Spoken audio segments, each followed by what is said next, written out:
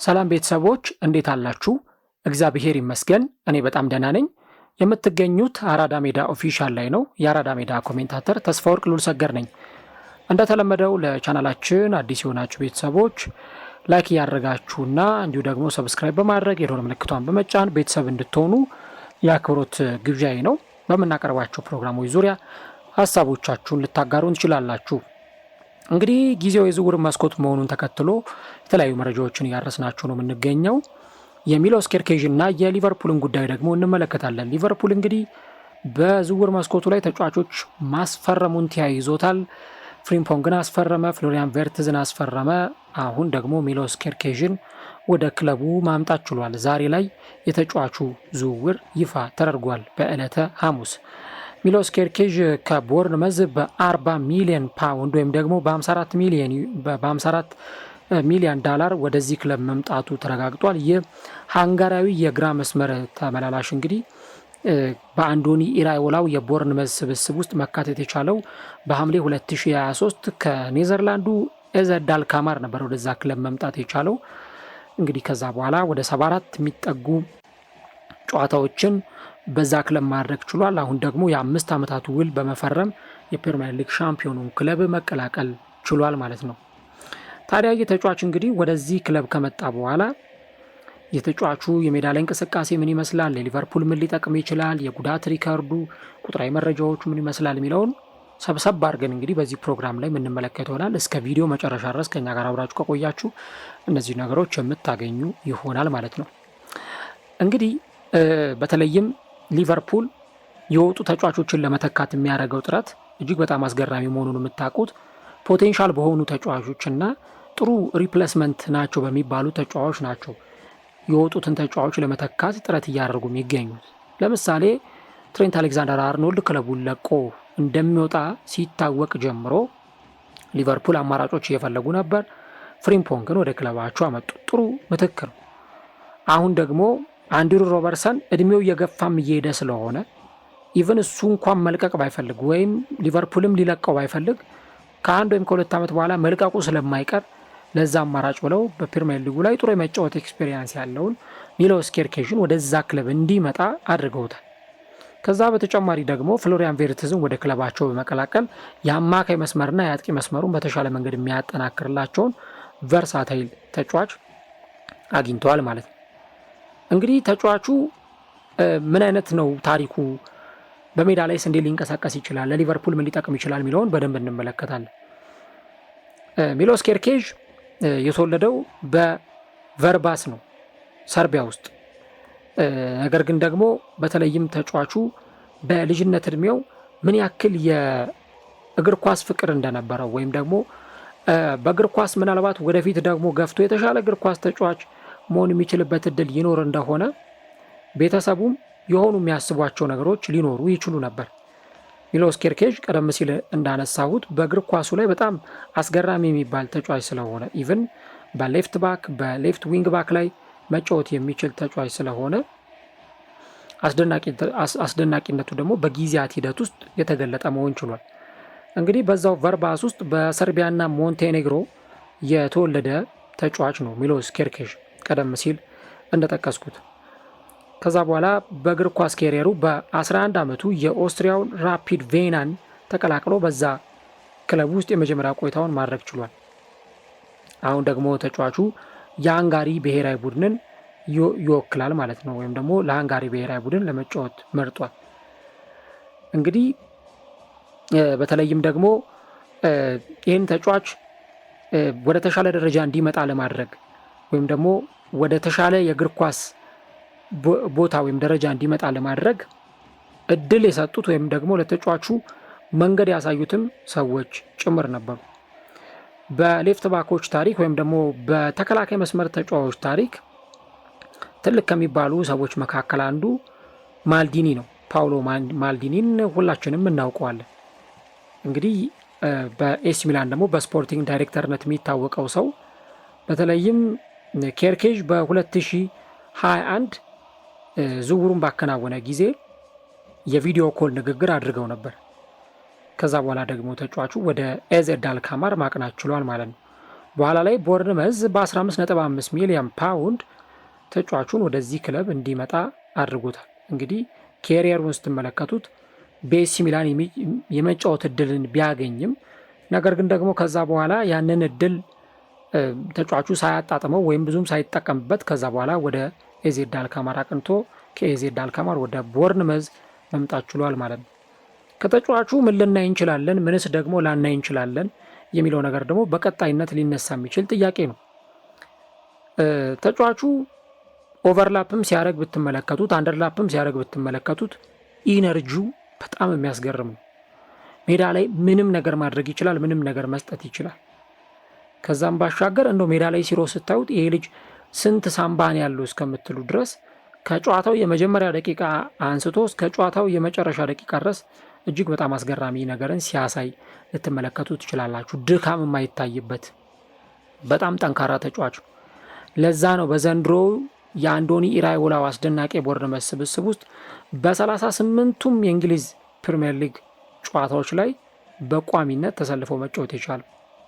ልብ በሉ ኢቭን ቼልሲ ውስጥ ወይ ሊቨርፑል ውስጥ ወይ አርሰናል ውስጥ እንኳን የምትመለከቷቸው ተጫዋቾች በጣም ጥቂት ናቸው። 38ቱም ጨዋታ ላይ ቋሚ የሆኑ የሚጀምር ተጫዋች ማግኘት በጣም ከባድ ሊሆን ይችላል። እሱ ግን ይህን ነገር አድርጎታል እና ተጫዋቹ ደግሞ በተለይም በፉልባክነት ሚና በጣም ግሩም የሆነ ተጫዋች እና የፉልባክ ተጫዋቾች ለክለባቸው የሚሰጡትን አገልግሎት በደንብ መስጠት የሚችል ተጫዋች ነው ሚሎስ ኬርኬዥ። ከዛ በተጨማሪ ታክቲካሊ ተጫዋቹ ሜዳ ውስጥ ደግሞ ያለው አረዳድ በጣም ጥሩ ነው።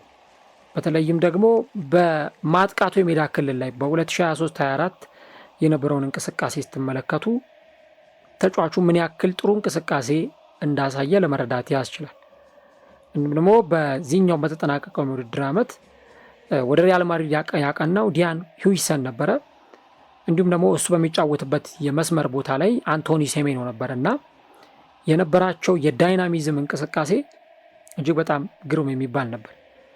ተጫዋቹ እንግዲህ በተለይም በዚህ በግራው መስመር ላይ 13% የማጥቃት እንቅስቃሴዎችን በ2023-24 ሲያሳይ በ2024-25 ደግሞ 18%፣ 17%፣ ከዛ ደግሞ የመጨረሻው የፋይናል ሰርድ የሚባለው ቦታ ላይ 7% የማጥቃት እንቅስቃሴዎች ነበሩ። እንግዲህ ተጫዋቹን ከአንዲ ሮበርትሰን ጋር በንጻሬ ስትመለከቱት በእርግጥ የአንዲ ሮበርትሰን ቁጥር ያው ልምድም ያለው ተጫዋች ስለሆነ በጣም የተሻለ ሊሆን ይችላል። ግን ደግሞ ኬርኬዥ አሁን ወደዚህ ቡድን በሚመጣበት ጊዜ በተለይም ክለቡ ደግሞ በማጥቃት ረገድ የተሻለ ነገር ማድረግ እንዲችል እድል ይሰጠዋል። ከመከላከሉም ባሻገር አሁን ባለው የክለቦች መዋቅር በባክ ፎር ላይ የሚሰለፉ ተጫዋቾች እንዲከላከሉ ብቻ አይጠበቅም። ቢቻል ማጥቃትንም መጨመር ይጠበቅባቸዋል። ሲያጠቁ የተሻሉ ተጫዋች እንዲሆኑም ጭምር ይጠበቃል።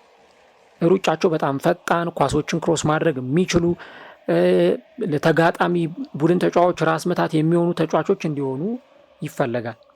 እንግዲህ የተጫዋች 5 ጫማ ከ11 ኢንች የሚረዝም ወይም 1 ሜትር ከ80 የሚረዝም ተጫዋች ቢሆንም አንዳንዴ ግን ደግሞ የኤሪያል ዱዋሎችን ለማሸነፍ በጥቂቱ ሲቸገር ይስተዋላል ሜዳ ላይ እና ምናልባት ለሊቨርፑል ይሄን ነገር ለመስጠት በደንብ ሪሼፕ መደረግ በአሰልጣኞቹ መገራት ይጠበቅበታል እና ደግሞ በተለይም እንደዚህ አይነት ነገሮች ምናልባት ሊቨርፑሎች ጥፋቶች በተደጋጋሚ እንዲሰሩ ሊገፋፋቸው ይችላል። በተለይም ኤሪያል ዱዋሎችን በደንብ የማይቆጣጠር ከሆነ ነገር ግን ደግሞ ለተጋጣሚ ቡድኖች በተለይም በሚያቀብላቸው ኳሶች፣ በክሮሶቹ እና ደግሞ ድንገት ሳይታሰብ በሚሰነዝራቸው የማጥቃት እንቅስቃሴዎች ተጋጣሚን የሚረብሽ ተጫዋች ስለሆነ ለሊቨርፑል መስጠት የሚችለው አገልግሎት ቀላል የሚባል አይደለም።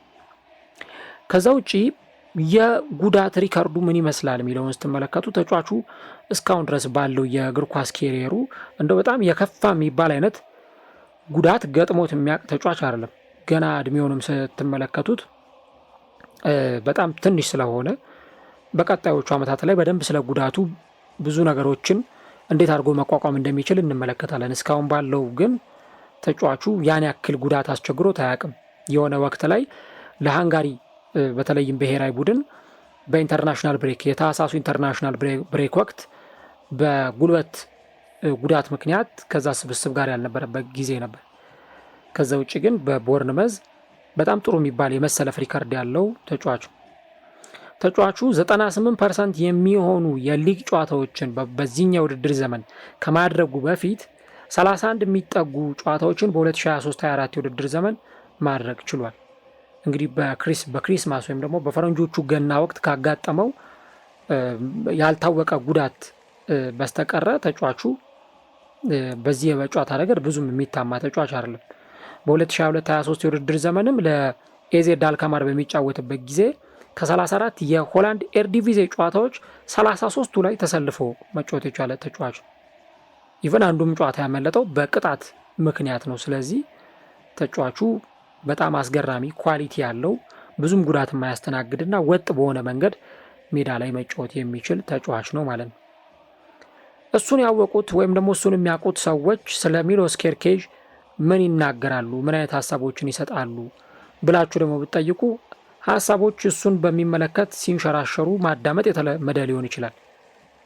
ለምሳሌ ከእሱ ጋር አብረው የሆነ ጊዜ ያክል ያሳለፉ ተጫዋቾች የተጫዋቹን ኮንፊደንስ በራስ መተማመን በተመለከተ ሀሳቦችን ሲያጋሩ እንመለከታለን።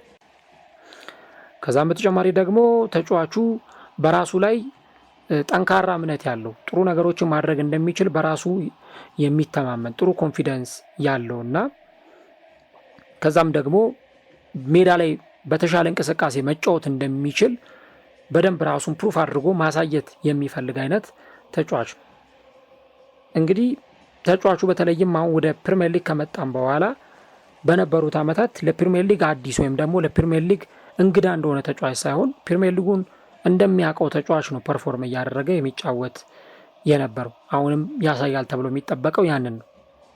ነገር ግን ደግሞ ሊቨርፑል በተለይ ይህንን ዝውውር በሚያከናውን ጊዜ እንደው ምናልባት የሚገጥመው እክል አይኖርም ወይ በገንዘብ ጉዳይ ላይ? ምክንያቱም በርካታ ሚሊዮን ፓውንድ ነው እያወጣ የሚገኘው አሁን እስካሁን ባለው ሂደት እንኳን ከነ ፍሎሪያን ቬርትዝ እና ፍሪምፖንግ ካወጣቸው ገንዘቦች ጭምር ከ150 ሚሊዮን ፓውንድ በላይ ሊቨርፑል ለተጫዋቹ ዝውውር ከፍሏል እና ተጫዋቹ የ5 ዓመት ውል ተፈራርሞ ይህንን ክለብ ሲቀላቀል ምናልባት ሊቨርፑል ደግሞ የገንዘብን ጉዳይ በተመለከተ የፋይናንስ ችግር አይገጥመውም የሚል ጥያቄ መነሳቱ አይቀርም።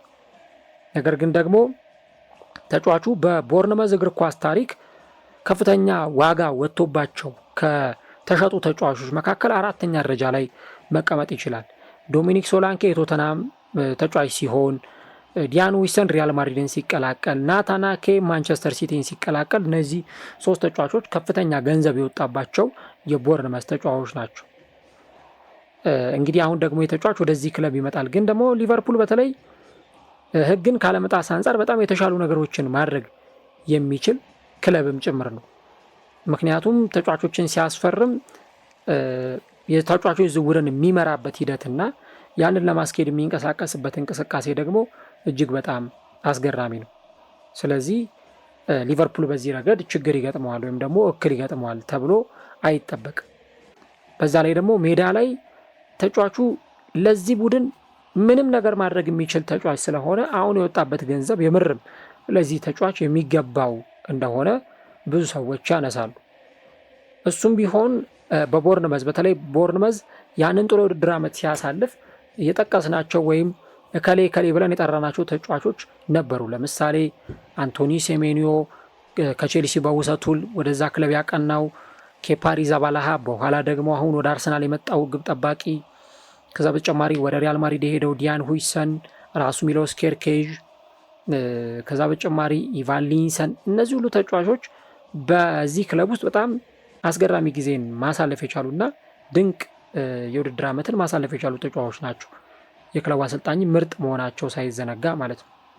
እና ተጫዋቹ ራሱም እንደተናገረው ወደዚህ ክለብ ከመጣ በኋላ ሁሉንም ነገር ለማሳካት እፈልጋለሁ፣ ዋንጫዎችን ማሸነፍ እፈልጋለሁ እና በሊቨርፑል ያለውን ክራውድ እስከምመለከት ድረስ እጓጓለሁ ብሎ ነው የተናገረው። ከዛ ውጪ ላሳያችሁኝ ትልቅ ፍቅር አመሰግናለሁ ብሎ ነው የተናገረውና በጣም ትልቅ ክብር ነው። በዓለም ላይ ካሉት ትልቅ ክለቦች መካከል ለእንግሊዝ ምርጥ ከሚባሉት ክለቦች መካከል በአንዱ ለመጫወት በመቻሌ በጣም ደስተኛ ነኝ እና በተወለድኩባት ከተማ ትንሽ እዝናናለሁ፣ ረፍት አደርጋለሁ። ከዛ ግን ተመልሼ ለመምጣትና ልምምዴን ለማከናወን ቸኩያለሁ ብሎ ተጫዋቹ ተናግሯል። እንግዲህ ሚሎስ ኬርኬዥ በቀጣዮቹ ጊዜያት ወደዚህ ክለብ ሲመጣ የምንመለከተው ተጫዋች ነው እና ፕሩፍ ያደረገ ተጫዋች ነው። በጣም ግሩም ተጫዋች ነው። ስለዚህ ሊቨርፑል በተለይም ይህን ተጫዋች ማምጣቱ በተሻለ መንገድ ክለቡን እንደሚጠቅመው ይታመናል። ሌላ ግን ደግሞ አንድ በጥሩ መንገድ ለሊቨርፑል የሚነሳው ሻምፒዮን መሆናቸውን ካረጋገጡበት ጊዜ ጀምሮ አይ በቃ ሻምፒዮን ሆኖናል፣ ስለዚህ የሚቀጥለው ዓመት ሻምፒዮን እንሆናለን ብለው ተዝናንተው አልተቀመጡ።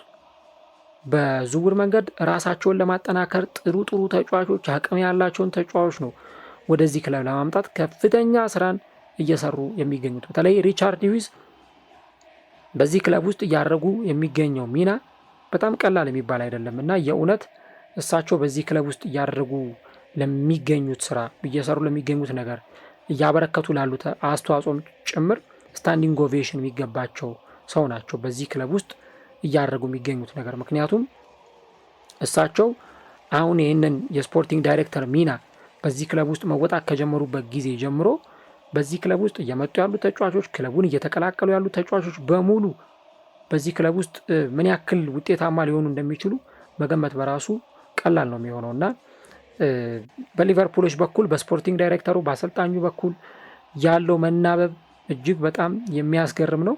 አሁን ደግሞ ይህን ተጫዋች ወደዚህ ክለብ ማምጣት ችለዋል። ለሊቨርፑል ደጋፊዎች ምን ተሰማችሁ ተጫዋቹ በመምጣቱ? ሌሎች ክለብ ደጋፊዎችም በተለይ ይህንን ተጫዋች በተመለከተ ሀሳቦቻችሁን ልትልኩልን እንችላላችሁ። በቀጣይ ዓመት ተጫዋቹ ምን አይነት ጊዜ ያሳልፋል፣ እሱን ደግሞ በሚቀጥለው ውድድር ዓመት አብረን የምንመለከተው ጉዳይ ይሆናል።